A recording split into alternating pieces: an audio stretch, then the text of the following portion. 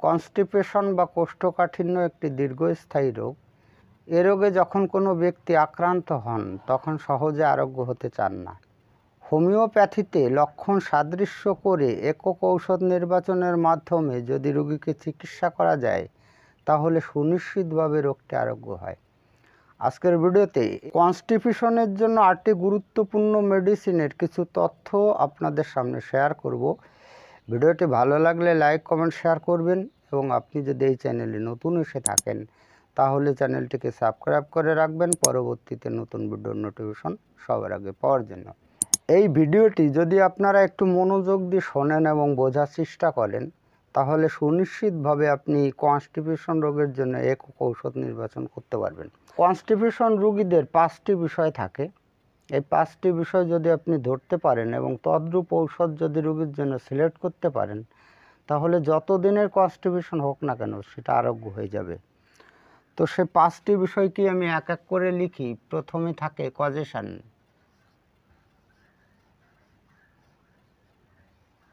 আমি এইগুলোর অনুবাদ করে দেবো, আগে লিখে নিই। কজেশন থাকে, তারপর থাকে সেন্সেশন,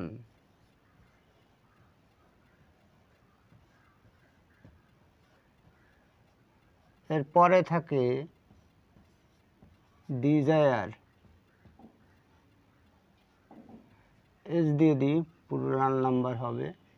এরপরে থাকে অ্যাভারশন, এরপরে থাকে নেচার। এই 5টি বিষয় থাকবে প্রতিটি কনস্টিপেশন রোগীদের ক্ষেত্রে, মানে প্রতিটি কোষ্ঠকাঠিন্য রোগীদের ক্ষেত্রে। এখন এগুলোর প্রথমে আপনাদের অনুবাদ করে আমি বুঝিয়ে দিই, তাহলে আপনাদের বুঝতে সুবিধা হবে। এই কজেশন মানে হচ্ছে কারণ, কারণ মানে কনস্টিপেশনের কারণ, ঠিক আছে। আর এই সেন্সেশন মানে হচ্ছে অনুভূতি বা অনুভব। একটা লিখি অনুভূতি, অনুভূতি, অনুভূতি অথবা অনুভবও হতে পারে। এবারে ডিজায়ার মানে হচ্ছে ইচ্ছা, ইচ্ছা বা আকাঙ্ক্ষা। আর এটার মানে হচ্ছে অনিচ্ছা,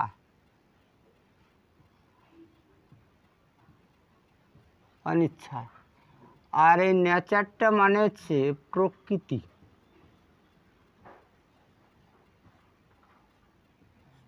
তাহলে বিষয়টি টোটালি কী হলো, সেটা হচ্ছে যে আপনাকে প্রথম খুঁজে নিতে হবে যে কনস্টিপেশনের কজেশনটা কী আছে, মানে কারণটা কী আছে সেটা খুঁজতে হবে। আর সেন্সেশন মানে হচ্ছে অনুভূতি।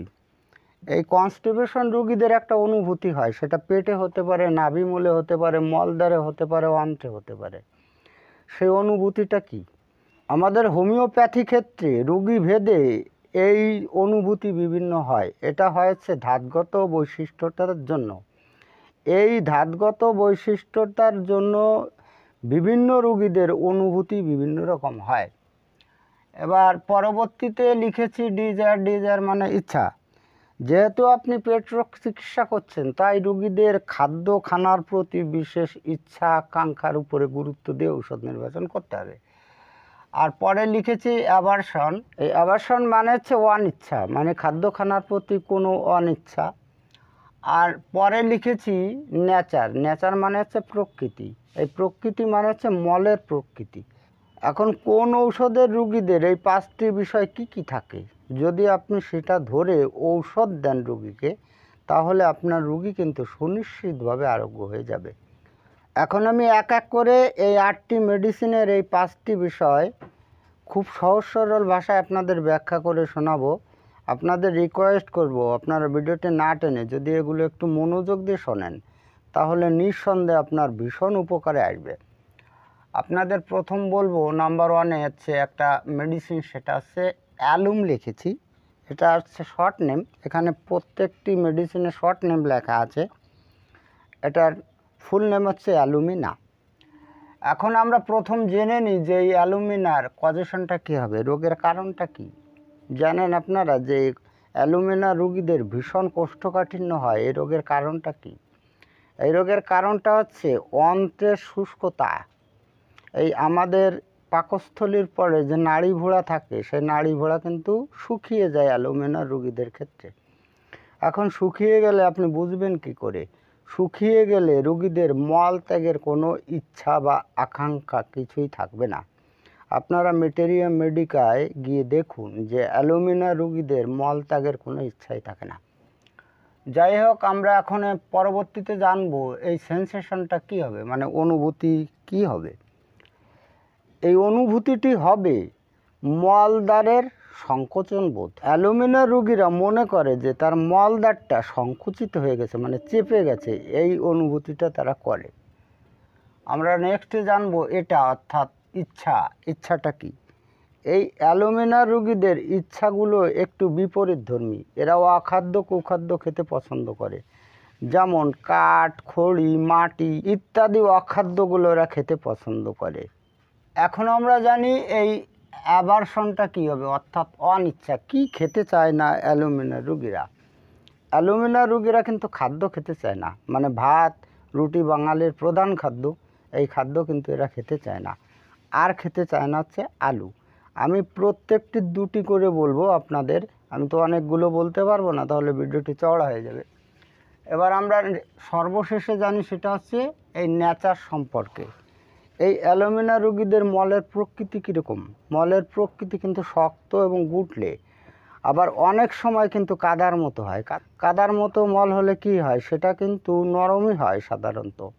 তবে একটা কথা মনে রাখতে হবে যে অ্যালুমিনার রোগীদের কখনো কখনো মল কিন্তু কাদার মতো হলেও মল ত্যাগ করতে এদের প্রচণ্ড কষ্ট হয় এবং এই মল ত্যাগ করার কোনো ইচ্ছাই থাকে না।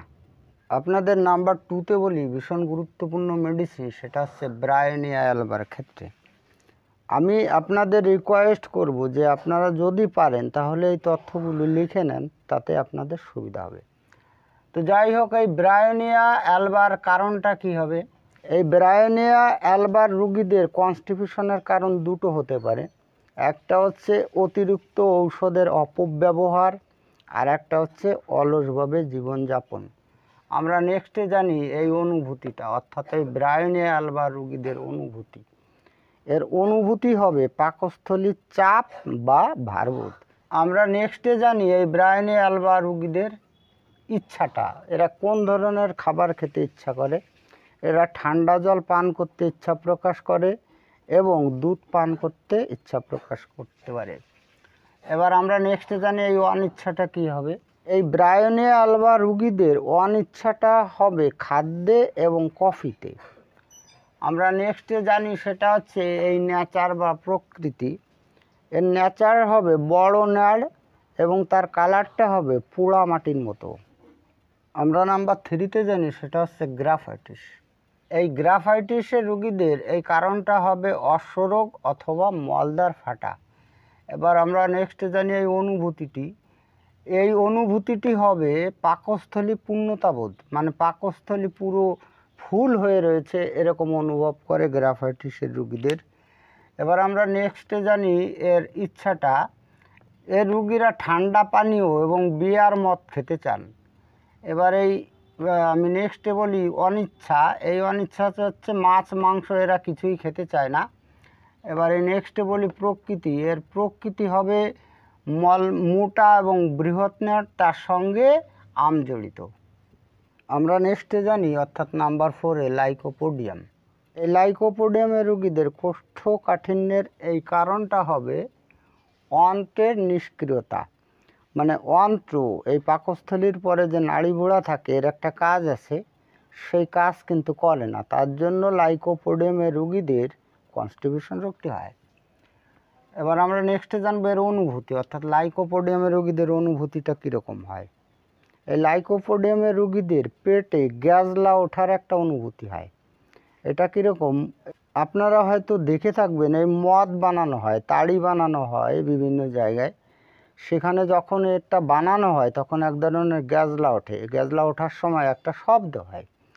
তো লাইকোপোডিয়ামের রোগীরা ঠিক তদ্রূপ এই গ্যাজলা ওঠা যে একটা শব্দ, সেই শব্দের মতো শব্দ এদের পেটের মধ্যে বা পাকস্থলীর মধ্যে হয়, এটা অনুভব করে। এবার আমরা নেক্সটে জানি হচ্ছে এই ইচ্ছাটা। এই লাইকোপোডিয়ামের রুগীরা কিন্তু গরম খাদ্য মিষ্টি খেতে পছন্দ করে, এ বিষয়টা আপনারা জানেন। এবং আমরা পরে জানি হচ্ছে অনিচ্ছা। লাইকোপোডিয়ামের রুগীরা কি খেতে ইচ্ছা প্রকাশ করে না। এই লাইকোপোডিয়ামের রুগীরা মাংস এবং রুটি কিন্তু ভালো খেতে চান না। আমরা সর্বশেষে যে বিষয়টি জানবো সেটা হচ্ছে নেচার, মানে প্রকৃতি। কিসের প্রকৃতি আমরা জানবো? মলের প্রকৃতি। এই লাইকোপোডিয়ামের রুগীদের মল হচ্ছে বড় নেড়। আমরা নেক্সটে জানবো নাম্বার 5-এ, সেটা হচ্ছে নাক্সভোম। এই নাক্সভোমের কারণ হবে রাত্রি জাগরণ এবং মদ্যপান। এবার আমরা এই নেক্সটে জানি হচ্ছে অনুভূতি। এই নাক্সভূমিকার রোগীদের পেটটি ভারবোধ বা পাকস্থলী ভারবোধ হয়, এটা অনুভব করে। এবার আমরা নেক্সটে জানি ইচ্ছা। এই নাক্সভূমির রোগীরা চর্বিযুক্ত এবং উত্তেজক খাদ্য খেতে পছন্দ করে। এবার আমরা নেক্সটে জানি অনিচ্ছা। এরা কিন্তু খাদ্য মানে মেইন খাবার খেতে অপছন্দ করে বা খেতে চায় না, কখনো বা কিন্তু মাংস খেতেও ইচ্ছা করে না। এবার আমরা সর্বশেষ পয়েন্টটি জানি, সেটা হচ্ছে নেচার বা প্রকৃতি। এই নাক্সভূমিকার রোগীদের মল নরমই হয়, তবে পরিমাণে কম। আমরা নেক্সট মেডিসিনটির কথা জানি, সেটা হচ্ছে প্লাম্বাম মেটালিকাম। এই প্লাম্বাম মেটালিকামের কজেশন বা কারণটা কি হবে? এর কারণটা হবে মলদ্বার সংকুচিত হয়। এই প্লাম্বাম মেটালিকামের রুগীদের যে কনস্টিপেশন রোগটা হয়, তাতে মলদ্বার কিন্তু সংকুচিত হয়, এর জন্যই কনস্টিপেশন রোগটি আসে। এবার আমরা নেক্সটে জানি এই দ্বিতীয় পয়েন্টে, অর্থাৎ অনুভূতি। এই অনুভূতি হচ্ছে টানবোধ, মানে টেনে ধরার মতো অনুভব। সেই টানবোধটি কীরকম সেই বিষয়ে একটু বলতে হয়। এই প্লাম্বাম মেটালিকামের রুগীরা মনে করে এই নাভিটাকে একেবারে এই মেরুদণ্ডের সাথে জোরে টেনে ধরে বাঁধা আছে, তার মানে টানবোধ। যদি প্লাম্বাম মেটালিকামের রুগী হয়ে থাকে তাহলে পেটের এই টানবোধ, এই লক্ষণটি অবশ্যই পাওয়া যায়। এবার আমরা নেক্সটে জানি এই ইচ্ছা। এই ইচ্ছাটা হবে ঠান্ডা খাদ্য এবং নোনতা খাদ্য। আমরা নেক্সট এই অ্যাভারশনটা জানি, সেটা হচ্ছে শক্ত খাদ্য। এই প্লাম্বাম মেটালিকামের রুগীরা কিন্তু একদম শক্ত খাদ্য খেতে চায় না। আমরা নেক্সটে জানি এর প্রকৃতি, মানে মলের প্রকৃতি। এই মল কিন্তু শক্ত হয় এবং দেখতে কালো বর্ণের হয়। আমরা নেক্সটে জানি ভীষণ গুরুত্বপূর্ণ একটা মেডিসিন, সেটা হচ্ছে পালসেটিলা। এই পালসেটিলা যদি রুগিনী হয়, মানে মহিলাদের কনস্টিপেশনের জন্য ভীষণ ভালো কাজ করে। তথাপি এই 5টি বিষয় আমরা জানবো। এই পালসেটিলার রুগীদের এই কারণটা হচ্ছে গুরুপাক খাদ্য খাওয়া। এই গুরুপাক খাদ্য মোস্ট অফ হচ্ছে দুধ থেকে তৈরি যে সমস্ত খাদ্য তৈরি হয়, সেই ধরনের খাদ্য খেয়েই কিন্তু এদের কনস্টিপেশন রোগটি আসে। এবার আমরা পরে জানি অনুভূতিটা। এই পালসেটিলার রুগিনীদের এই পাকস্থলীতে চাপবোধ বা ভারবোধ বা ভাপাবোধও থাকতে পারে। এদের যে অনুভূতি, এই অনুভূতি কিন্তু পরিবর্তনশীল মনোভাবিত পালসেটিলার রুগিনীরা হয়, মানে পাকস্থলীতে বিভিন্ন রকম অনুভূতি এদের হতে পারে। এবার আমরা নেক্সটে জানি হচ্ছে সেটা হচ্ছে ইচ্ছা। এই পালসেটিলার রুগী ঠান্ডা খাদ্য এবং টক খাদ্য খেতে পছন্দ করেন। আমরা নেক্সটে জানবো এই অনিচ্ছাটা। এই পালসেটিলার রুগিনীরা কিন্তু মাংস খেতে চান না এবং গরম খাদ্য খেতে চান না। আমরা নেক্সটে জানবো সেটা হচ্ছে নেচার। এই নেচারটা হচ্ছে যে জলের মতো। পালসেটিলার রুগিনীদের মল নরমই হয়, জলের মতোই হয়, তথাপিও কিন্তু কনস্টিপেশন থাকে, অর্থাৎ মল পরিমাণে কম হয়। আমরা সর্বশেষ মেডিসিনটি জানি, সেটা হচ্ছে সালফার। এই সালফারের রুগীদের কজেশনটা হবে, মানে এই কনস্টিপেশন রোগের কারণটা হবে লিভারের নিষ্ক্রিয়তা। লিভার কাজ করে না, তার জন্য এদের কনস্টিপেশন রোগটি হয়। এবার এই অনুভূতিটা হয় পাকস্থলীতে চাপবোধ। এই ইচ্ছাটা হয় মিষ্টি এবং মশলা জাতীয় খাদ্য। এই অনিচ্ছাটা হয় মাংস আর দুধ। এখন আমরা সর্বশেষ পয়েন্টটি জানি, সেটা হচ্ছে প্রকৃতি বা নেচার।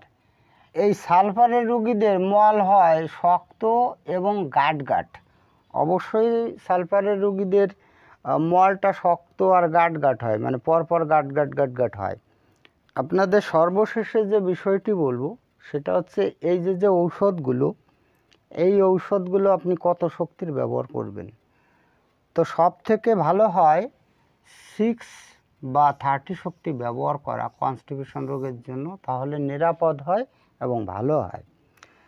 এখন 6 বা 30 শক্তির ঔষধ আপনি অবশ্যই সূক্ষ্ম মাত্রায় ডোজ বানিয়ে নেবেন, তাতে সুবিধা হবে।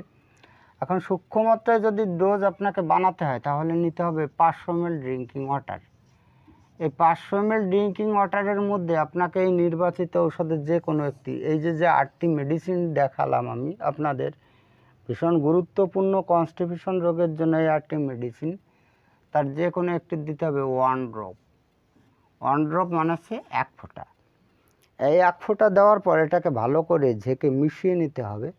এখান থেকে চা চামচের 2 চামচ করে যদি আপনি প্রতিবারে খাওয়ান তাহলে সূক্ষ্ম মাত্রার ডোজ হয়ে যাবে। আমরা অর্ডিনারিভাবে 30 শক্তি দিনে 2 বার ব্যবহার করি, আর যদি 6 শক্তি ব্যবহার করেন তাহলে দিনে কিন্তু 3 বার ব্যবহার করি। যাই হোক, আজকে এই পর্যন্তই। খুব তাড়াতাড়ি ফিরে আসবো নতুন গুরুত্বপূর্ণ বিষয়বস্তুর ভিডিও নিয়ে। দেখা হচ্ছে নেক্সট ভিডিওতে। ততক্ষণ আপনারা ভালো ও সুস্থ থাকুন। জয় হ্যানিম্যান, জয় হোমিওপ্যাথ।